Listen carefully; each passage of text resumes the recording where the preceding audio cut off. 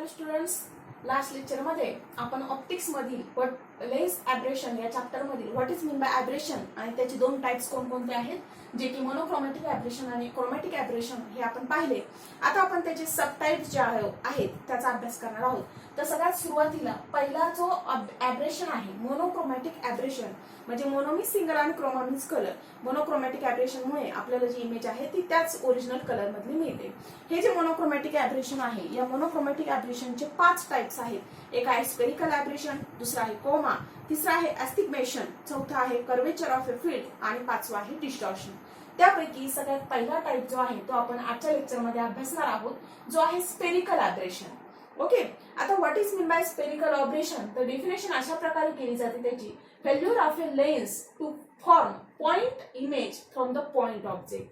जर पॉइंट इमेजमुळे आपल्याला पूर्णपणे पॉइंट ऑब्जेक्ट मिळत नसेल, पॉइंट ऑब्जेक्टमुळे आपल्याला पॉइंट इमेज मिळत नसेल.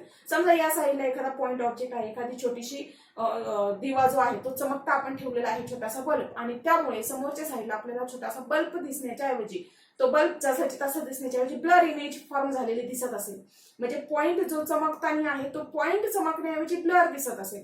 कधी कधी आपण बघतो की एखाद्या जर चष्मा थोडासा खराब झालेला असेल तर आपण बघतो त्या चष्म्यामधून समोरचा जो शार्प पॉइंट असेल लाईटचा तो शार्प पॉइंट दिसण्याच्या ऐवजी आपल्याला त्या ठिकाणी ब्लर काहीतरी चमकताना दिसतं. ओके, तर या प्रकारचं जे ॲब्रेशन आहे त्या ॲब्रेशनला काय म्हटलं जातं, स्पेरिकल ॲब्रेशन म्हटलं जातं.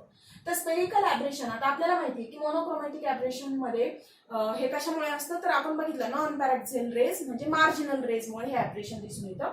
तर बघा या ठिकाणी मी दाखवलेलं आहे ही ॲपर्चर आहे म्हणजे आपली लेन्स आहे ती अशा शेपची आहे, कॉन्व्हेक्स शेपची आहे, बायकॉन्व्हेक्स लेन्स. आणि या ठिकाणी पॉइंट ऑब्जेक्ट ठेवलेला आहे, ओ फॉर ऑब्जेक्ट. ऑब्जेक्ट मधून जे इमिट झालेले रेज आहेत इन्सिडेंट रेज, यापैकी हे बाहेरच्या आउटसाइडचे जे रेज दिसत आहेत ते आहेत मार्जिनल रेज आणि इनसाइडचे रेज आहेत ते आहेत पॅरॅक्सियल रेज. बघा आउटसाइडचा रे जो आहे तो इथे पोहोचला, इथून तो काय झाला या ठिकाणी डेव्हिएट झाला. सिमिलरली हा मार्जिनल रेज आहे, हा डेव्हिएट झाला, या ठिकाणी तो काय झाला तुम्हाला इथे पॉइंट दिसतोय. ओके, म्हणजे या ठिकाणी तो कन्वर्ज झालेले आहेत हे दोन्ही रेज. मग ज्या पॉइंटला हे कन्वर्ज होतात त्या पॉइंटला आपल्याला काय मिळते तर इमेज मिळते. म्हणजे या ठिकाणी हा झाला इमेजचा पॉइंट आणि हा कुणामुळे असणार आहे तर this is due to the marginal rays. Okay, this is due to the marginal rays. आणि या ठिकाणी आता ऑब्जेक्ट मधून जे पॅरॅक्सिल रेज निघाले, पॅरॅक्सिल रेज म्हणजे जे ऑप्टिकल सेंटरच्या जवळचे असतील, हा मधला प्रिन्सिपल ऍक्सिस आहे. त्या ऑप्टिकल सेंटरच्या जवळचे जे रेज आहेत ते जवळचे रेज बघा, हा रे इथे इन्सिडेंट झाला, नंतर इथे तो आपण त्याला म्हणूयात रिफ्रॅक्ट झाला, हा इथे इन्सिडेंट झाला, इथून तो रिफ्रॅक्ट झाला म्हणजे डिव्हिएट झाला, आणि या ठिकाणी ते दोन्ही जे आहेत ते इंटरसेक्ट झालेले आहेत.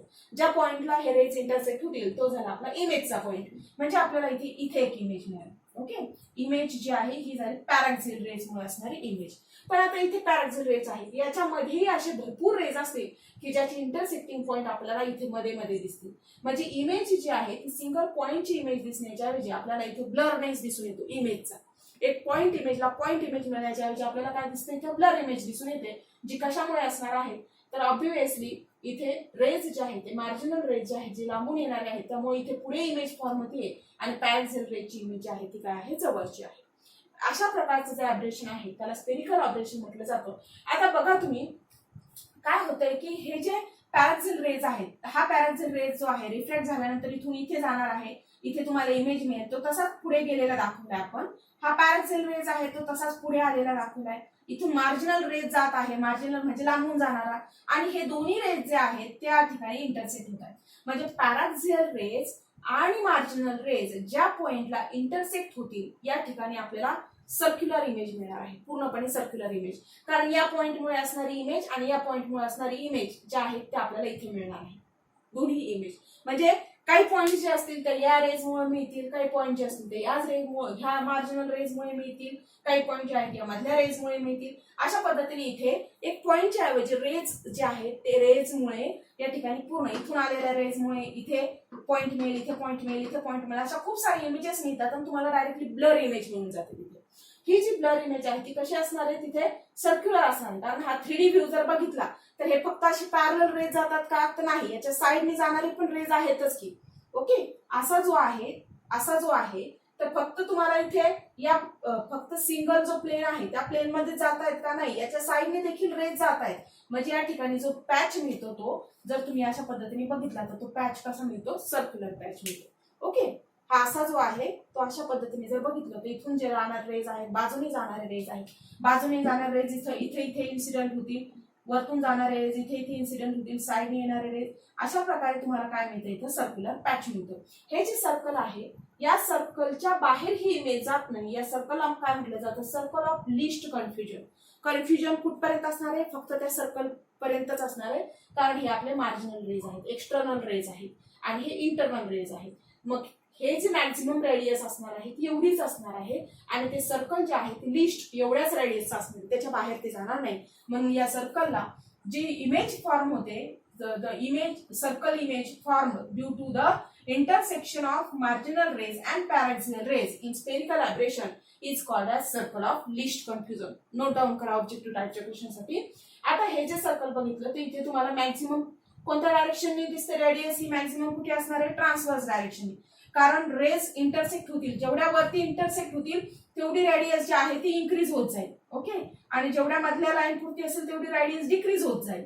यांचं इंटरसेक्शन कुठे होत आहे त्यावर ही रेडियस डिपेंड असणार आहे. हा सेंटरचा पॉइंट आहे, हा सेंटरचा पॉइंट आहे, हा वरचा पॉइंट आहे जो इथे दाखवलाय, हा खालचा पॉइंट आहे जो इथे दाखवलाय.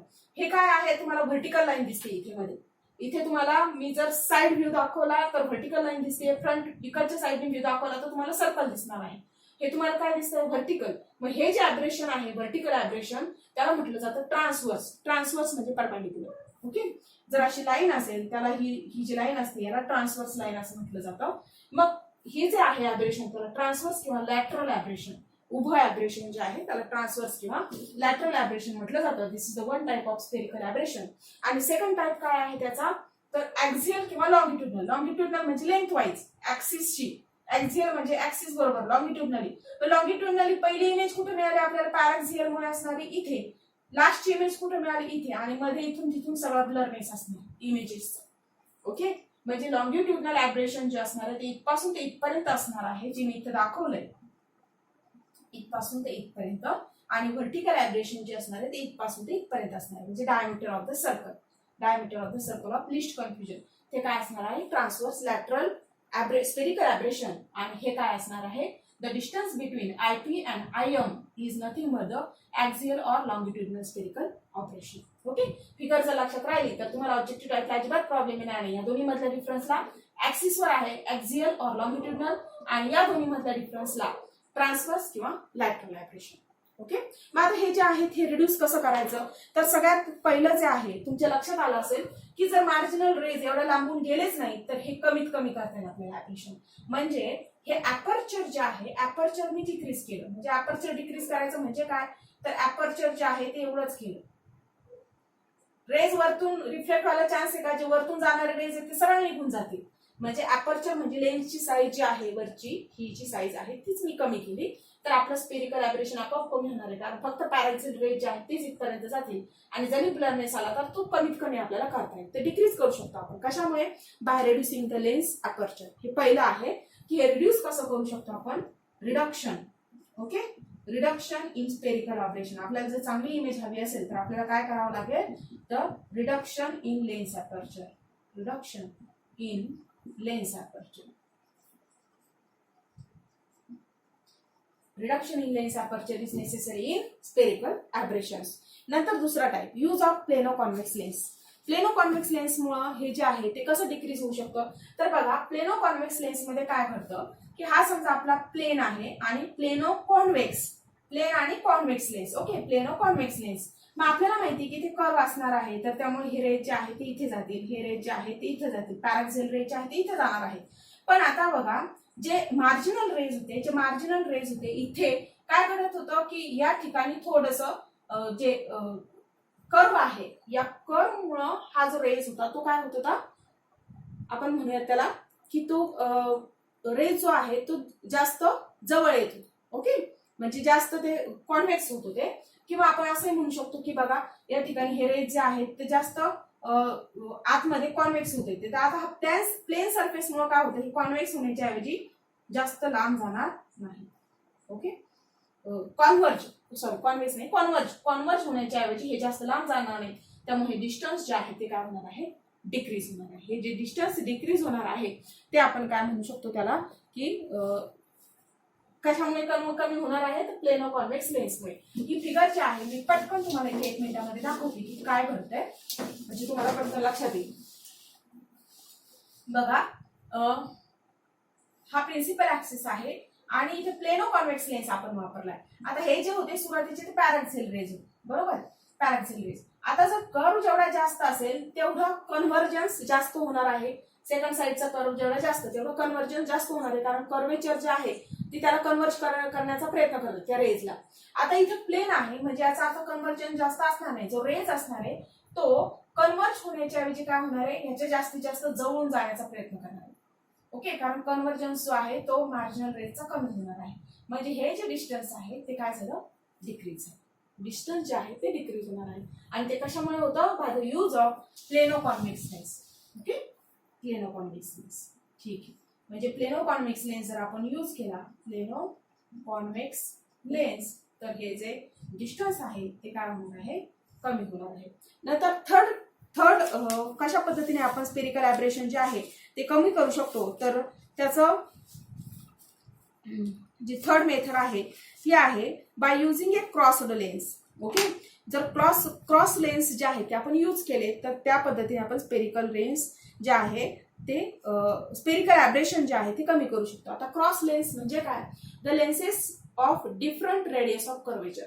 आपल्याला माहिती की लेन्स कशा पद्धतीने बनवलं जातं, तर आपण बघितलं होतं, lens are made from the 2 curvatures. Okay, 2 radius of curvature असणारे जे कर्व्ड सरफेस आहेत त्या कर्व्ड सरफेस वरून आपण लेन्स तयार करतो. हे सरफेस जो आहे तो कट करून टाकतो आणि मग यापासून आपण लेन्स तयार करतो. ओके, मग आता आपल्याला काय कर, जर हे सेम रेडियस ऑफ कर्वेचरचे नाही घेतले, ओके, घेतले नाही तर काय होतं की त्यापासून जे लेन्स तयार होतो त्याला आपण क्रॉस्ड लेन्स असं म्हटलं जातं. And it is observed that if the radius of curvature are in the ratios r1/r2 is equal to -1/6, जर यांचा रेशिओ हा -1/6 असेल म्हणजेच याचा अर्थ बघा की एकाची रेडियस ऑफ कर्वेचर जी आहे ती कमी आहे. समजा याची रेडियस ऑफ कर्वेचर आहे ती कमी आहे आणि दुसऱ्याची रेडियस ऑफ जी कर्वेचर आहे ती 6 पट असली पाहिजे याच्या. आपण असं 1 मिनिट फक्त बघा, एक रेडियस ऑफ कर्वेचर जी आहे ती छोटी आहे आणि दुसरी रेडियस ऑफ कर्वेचर जी आहे ती जवळपास याच्या 6 पट आहे.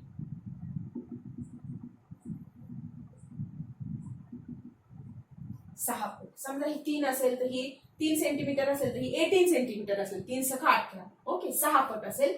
जर असं असेल आणि ही लेफ्ट साइडला आहे म्हणून मायनस साइन आहे, जर असं असेल तर त्यावेळी आपण असं म्हणू शकतो की हे जे लेन्स तयार झाले बघा, दोन्हीचा कर्व सेम नसणार आहे. आता दोन्हीचा कर्व सेम नसणार आहे, एकाचा कर्व जो आहे तो जास्त आहे कर्वी आणि दुसऱ्याचा कर्व कमी आहे कारण त्याचा रेडियस ऑफ कर्वेचर जास्त मोठा होता. अशा प्रकारचा जो लेन्स आहे त्या लेन्समुळे देखील काय घडतं, जसं मी आता सांगितलं प्लेनो कॉन्व्हेक्स लेन्समुळे होतं त्याच मध्ये जसं होतं तसंच की पॅरेक्सियल रेज जे आहेत ते अशा प्रकारे इथे ऑलरेडीच एकत्र येतात आणि जे मार्जिनल रेज आहे ज्याच्यामुळे लेन्स ज्याच्यामुळे इमेज जी आहे ती ब्लर होतीये, तर ते काय होणार आहेत, इथे मी तुम्हाला सांगितलं त्याचा कन्व्हर्जन्स जो आहे तो डिक्रीज होणार आहे आणि हे जे आहेत ते जास्तीत जास्त जवळ येण्याचा प्रयत्न करणार आहे. त्यामुळे डिस्टन्स जे आहे ते कमी होणार आहे, ती इमेज ओव्हरलॅप होणार आहे एकाच पॉइंटला. त्यामुळे आपल्याला शार्प इमेज मिळणार आहे आणि ती इमेज काय असणार आहे, चांगली असणार आहे. म्हणजेच याचा अर्थ एक म्हणजे पूर्ण प्लेनचा यूज करा. जर तुम्ही पूर्ण प्लेन यूज करू शकत नसाल तर काय करायचं, आपल्याला क्रॉस लेन्सचा उपयोग करायचा. Cross lens. ओके, अशा पद्धतीने क्रॉस लेन्सचा उपयोग करायचा आहे. हा रेशिओ लक्षात ठेवा की स्पेरिकल ॲब्रेशन मध्ये क्रॉस लेन्स साठी r1/r2 चा रेशिओ किती असतो, -1/6. ओके, ठीक आहे. पुढची अजून कोणती मेथड आहे की ज्या मेथडच्या सहाय्याने आपण स्पेरिकल ॲब्रेशन जे आहे ते कमी करू शकतो. ती मेथड आहे by using the combination of 2 plano convex lenses. 2 plano convex lenses म्हणजे काय, तर अशा पद्धतीने हा झाला पहिला लेन्स आणि हा झाला दुसरा लेन्स. आता बघा यामध्ये काय होतं की आपलं जे ॲब्रेशन आहे ते मार्जिनल रेजमुळे आहे. मग आपण फक्त मार्जिनल रेजचा विचार करूया की इथे मार्जिनल रेज आलेला आहे. हा मार्जिनल रेज जर इथे प्लेनो कॉन्व्हेक्स लेन्स असता तर मी तुम्हाला सांगितलं कन्व्हर्जन्स अशा पद्धतीने होतो. ओके, कन्वर्ज होईल जर इथे रेज नसता तर. पण आता इथे परत एक मध्ये रेज आलाय. रेज आल्यामुळे काय होणार आहे, परत या रेजमुळे या पॉइंटला परत एकदा म्यू आहे म्हणजे रिफ्रॅक्टिव्ह इंडेक्स आहे. मग हा पॉइंट पुढे जाण्याच्या ऐवजी हा काय करतो, याला परत थोडासा डिव्हेट करतो. म्हणजे जो मार्जिनल रेज बघा इथून इथपर्यंत लांब जाणार होता तो काय झाला, एक डिव्हिएशन या लेन्समुळे आलं, दुसरं डिव्हिएशन या लेन्समुळे आलं. आणि पहिले जे पॅरॅक्सिल रेजमुळे येणार आहे ते आपलं या ठिकाणी जवळच असतं. पॅरॅक्सिल रेजमुळे तर मी तुम्हाला सांगितलेलंच आहे ते जवळच येतं. त्यामुळे ह्या जे इमेज आहे त्या एकमेकांवर ओव्हरलॅप करायचा प्रयत्न करतात, म्हणजे ओव्हरलॅप होतात. स्पेरिकल ॲब्रेशन यामुळे आपण काय करू शकतो, डिक्रीज करू शकतो. म्हणजे पुढचा पॉइंट आहे की दोन लेन्सेसचा, प्लेनो कॉन्व्हेक्स लेन्सेसचा जर तुम्ही पॅरलली वापर केला तर त्यामुळे देखील आपलं स्पेरिकल ॲब्रेशन जे आहे ते कमी होणार आहे.